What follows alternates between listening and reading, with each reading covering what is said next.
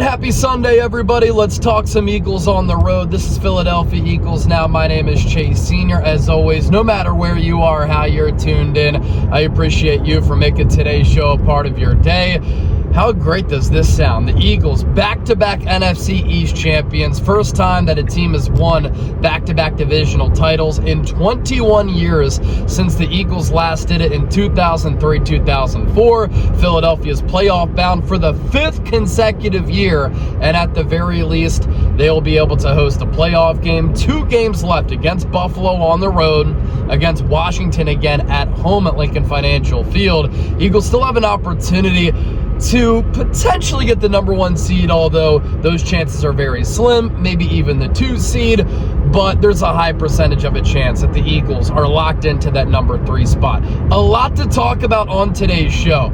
We don't need any graphics. We're on the road talking Eagles because I just want to give you the best content possible, and I've been watching NFL games all day. The thoughts have been simmering. I've been sending out a lot of tweets on Instagram, on TikTok, and let's start here.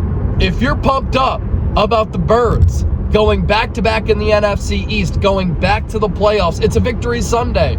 I want you to hit that thumbs up icon and like the video. I want at least 1,000 likes here on the show. Let's begin with some Eagles injury news. So Philadelphia wins that game last night, approaching the 24-hour mark as we record this right now from when that game got underway. And this morning, Adam Schefter reporting that next week, some really important reinforcements could be coming for the Birds. Lane Johnson, who has missed 4 games with that Liz Frank injury to his left foot, expected to return against Buffalo. He warmed up with some of his fellow offensive linemen prior to the game yesterday against Washington. So that was a good sign, but he didn't practice at all this past week in the lead up to that Washington game. Short week, of course, for the rest of the Eagles roster, but with him going through his pregame routine, that's obviously a really good sign, and according to Schefter, he's going to play against a Buffalo team that has won 4 games in a row. They have 11 wins on the year. Going into 2025, a lot of people thought that Eagles-Bills could be a potential Super Bowl matchup, and it still very well could be. The Bills getting hot at the right time, Philadelphia getting hot at the right time, especially with their offense starting to find a groove.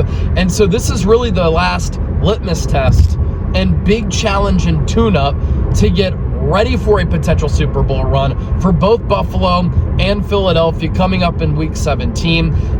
Looking at the weather early, and things can change hour by hour, day by day up in Buffalo. There could be some snow in the forecast. And of course, this time of year, late December, by the time that kickoff takes place, it's going to be very cold. And I'm really excited to see how the Eagles, after getting their confidence up, their morale up, finding a groove, finding an identity on offense, fare against Buffalo. And then I want to see how this Eagles defense fares against Josh Allen. Now, Josh Allen is in the MVP conversation. He has once again been tremendous this year. He's making it work, and he's still absolutely elite with a lot of number 2 and number 3 caliber weapons.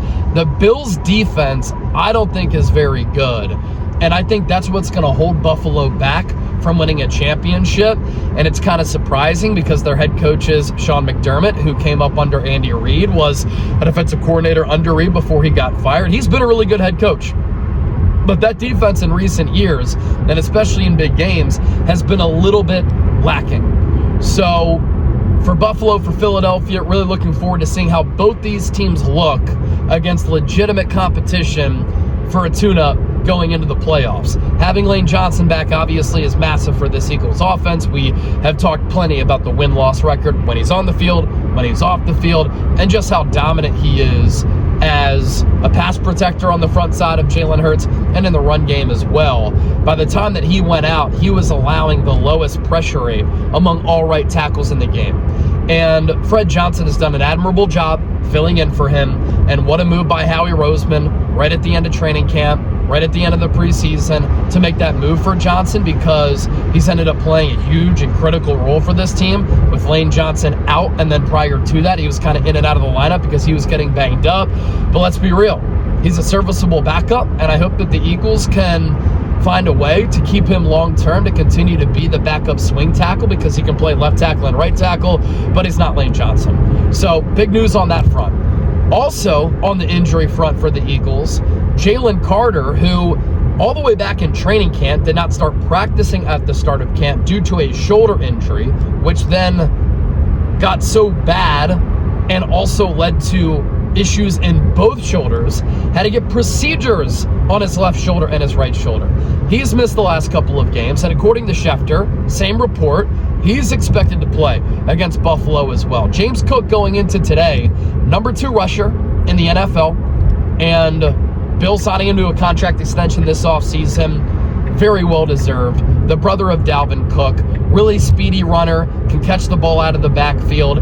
If there's one concern and weakness for this Eagles defense, it's how they fare against the run, especially with what happened against the Chicago Bears, that dynamic running attack, both play call-wise and scheme-wise. They gave up 284 rushing yards to Ben Johnson's offense. That was the last time that Jalen Carter played. Against Dallas, Javonte Williams had a good year.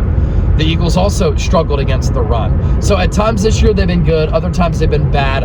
I want to see how this Eagles rushing defense fares against a really good rushing offense for Buffalo. And just like with Lane Johnson, Jalen Carter is one of the best overall players in the National Football League. You get him tuned up, you get him in shape, you get his feet wet again, you give him some snaps to get fine-tuned for the postseason as well, and that's a big boost to a Vic Fangio defense that is certainly Super Bowl caliber and continues to play at an absolutely elite level. And depending on what happens in Week 17, whether the Eagles win against Buffalo or they lose, Nick Sirianni is going to be faced with a decision in Week 18 on whether or not to rest or play some of his marquee players, because they're going to have a seed to fight for. There's an opportunity they could still be going after that number 1 seed after next week, potentially the number 2 seed. Will Philadelphia just say, you know what, we're cool with that number 3 seed? We'll certainly see. So Lane Johnson, Jalen Carter injury news.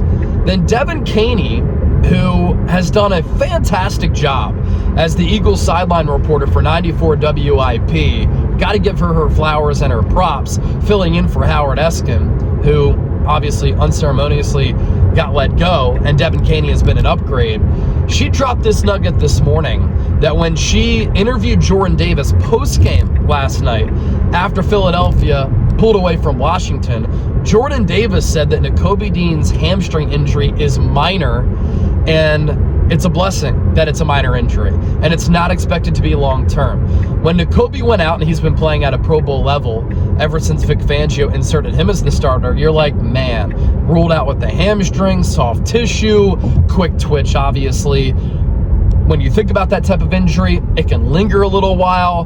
Jordan Davis, Nakobe, the Georgia connection, they're best friends in the locker room. I think Jordan Davis obviously has a pretty good idea what the injury status is for Nakobe Dean. So for him to say that this injury isn't that major for Nakobe, that is big for this Eagles defense too. So recapping everything on the injury front, Lane Johnson, Jalen Carter coming back, Nakobe Dean injury, not believed to be serious, according to Jordan Davis. Pretty good source right there. Appreciate Devin Caney for dropping that on X this morning from that post-game interview with Jordan Davis. And speaking of Jordan Davis, 6 tackles yesterday, 2 TFLs, his impact going beyond just the stat sheet. He was blowing up plays time and time again. He had said once Jalen Carter got hurt, it's up to him, Moro Ojomo, everybody else to step up. He's elevated his game, but this year, I think he's been playing at an all-pro level. It's incredible what can happen when you fully dedicate yourself to improving your craft and getting in shape.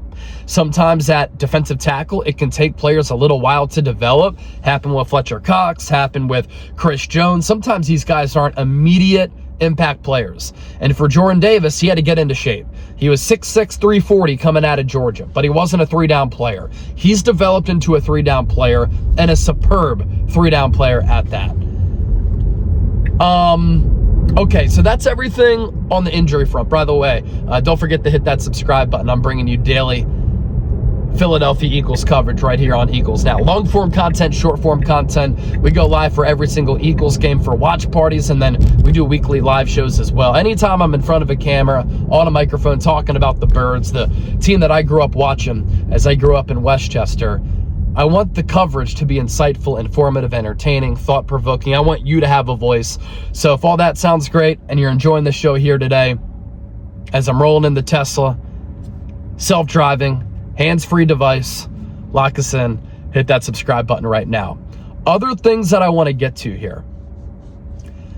The Eagles have beaten up on the Raiders and the Commanders in back-to-back weeks. And I've talked about this. I think it's really important for the Eagles to do what they've done the last two games, primarily on the offensive side of the ball. They needed to find a groove. They needed to find a rhythm. They needed to find out what worked, what didn't. They needed to find an identity. They needed to get back to being a balanced offense, and they needed to find a way to get the run game successful again. And I think in the last two games, the Eagles have been able to check off all of those boxes, which is huge for this team going into the postseason. And I know that it's the Raiders. I know that it's Washington, right? But when an offense can accomplish these things, it gives you momentum and confidence going into the playoffs, and it gives you a sense, as far as game planning and execution, what you can do, what you can't do. And so I really like what this Eagles offense has been able to accomplish the last two games, and now we'll get to see how they fare against Buffalo for a final playoff tune-up. And last night, I had said this on the post-game show, that game really reminded me of a game from last year for the Eagles, where maybe early it's a little bit close. Majority of games at the NFL level are a one-score ball game in the fourth quarter. But then as the game wears on, the Eagles are like a boa constrictor. They wear the opposition down. They suffocate you. And then with their talent, with their depth and their physicality, they pull away late. They have some explosive plays. They take your will, and they get the run game going, and they slice and dice you with some of those big plays. We saw that yesterday, which was very reminiscent of what the Eagles did last year, especially some of the long Saquon Barkley and Tank Bigsby runs. That has been missing from this Eagles team this year, which is why they've played in all of these close games that come down to the wire in the fourth quarter. So I like what the Eagles are establishing there as well. I also want everybody to just savor and appreciate what the Eagles are doing right now and what the Eagles are accomplishing as an organization. This is arguably the best stretch in franchise history. 2 Super Bowls in 3 years. They have made it to the playoffs now in 5 consecutive years. From owner Jeffrey Lurie to general manager Howie Roseman to head coach Nick Sirianni to the players on the roster, the coaching staff, the organization as a whole. We are witnessing a really special run and a really special era of Philadelphia Eagles football. And I want everybody to just admire and appreciate that right now. And going back to kind of what I was alluding to when everybody was saying, oh, it's just the Commanders and it's the Raiders. To me, I think that's ignorant, and that's a casual way to look at what the Eagles have done this year. We're talking about the defending Super Bowl champions. Put some respect on their name. Think about what it requires to go on a playoff run last year, win a Super Bowl, have a shortened off season. In the city of Philadelphia, you have these types of expectations, which the players and the coaches have talked about a lot recently, and to still pull off what they've done this year. This Eagles schedule in 2025 has been an absolute gauntlet.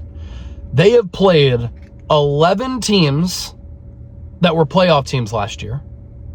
They have had 5 short week games.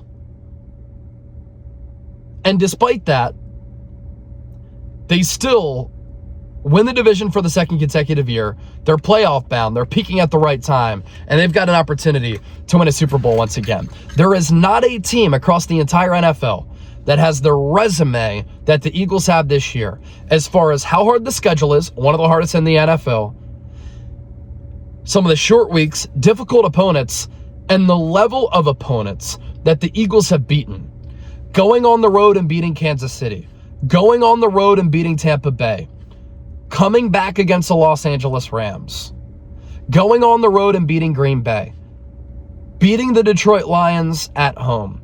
Even the Dallas Cowboys have been a pretty competitive team this year. Philadelphia handled them. The body of work for this team, very impressive. And with this offense starting to find a groove, paired with this defense and this special teams unit, which hopefully Jake Elliott can get his shit figured out, there's not a team in the NFC that wants to take on Philadelphia.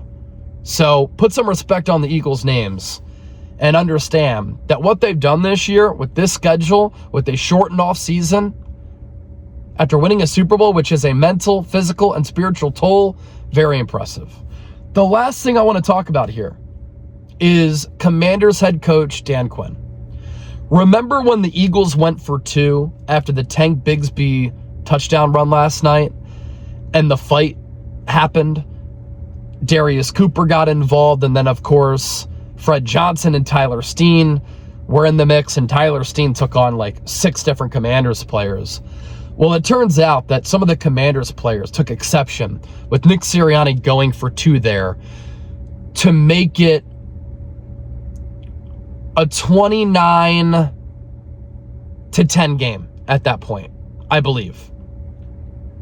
Nick Sirianni went for 2, which was the right decision to officially put this game on ice and to officially win this game for the Eagles. And Dan Quinn said after the game, if that's how they want to play, that's how they want to play. We'll see him again in Week 18. What a loser mentality. What a stiff. What a fraud Dan Quinn is. Dan Quinn, when his team was down 21-10 with 6+ minutes to go, decided to punt the football away to the Eagles, pretty much conceding and waving the white flag.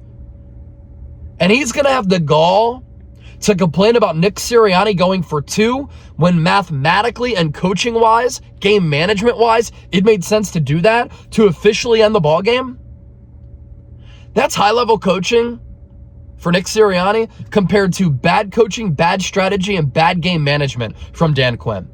The other thing is, Dan Quinn said that after the game.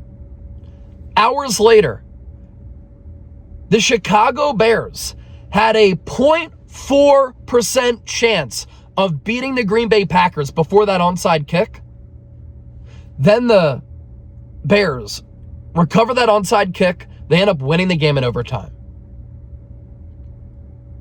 You never know in the NFL when a game is over. We have seen crazy epic comebacks. On Thursday night, the Rams were up 15 points in the fourth quarter, and they lost. Nick Sirianni said, I'm not taking any chances. We're going for 2. We're ending this ball game. You never know when a team can come back. That game on Thursday night, Seattle gets the punt return, snowball effect from there. Bears recover that onside kick, snowball effect from there. So Nick Sirianni made the right choice. If Washington has a problem with it, stop it. But this is a lack of ball knowledge from Dan Quinn that I think is a loser mentality and absolute weak sauce. All right. I'm going to enjoy the rest of this late afternoon window, watching some NFL football, Sunday night football tonight, Patriots, Ravens, big game in the AFC. Looking forward to watching Drake May go up against Lamar Jackson. Leave a comment down below. Don't forget to hit that subscribe button. Just wrapping 19 minutes. Wanted to talk birds on my way home. Doing it in a safe manner, of course. We're not Brandon Ayuk out here going over 100 miles per hour and filming it while passing Levi's Stadium, which is where the Niners play. I will catch you tomorrow. Couple of videos to come on Eagles Now. Even though it's Christmas week, the coverage going to be humming all week long. Eagles Bills this upcoming week going to be a good one. We'll talk soon. See ya. Go Birds.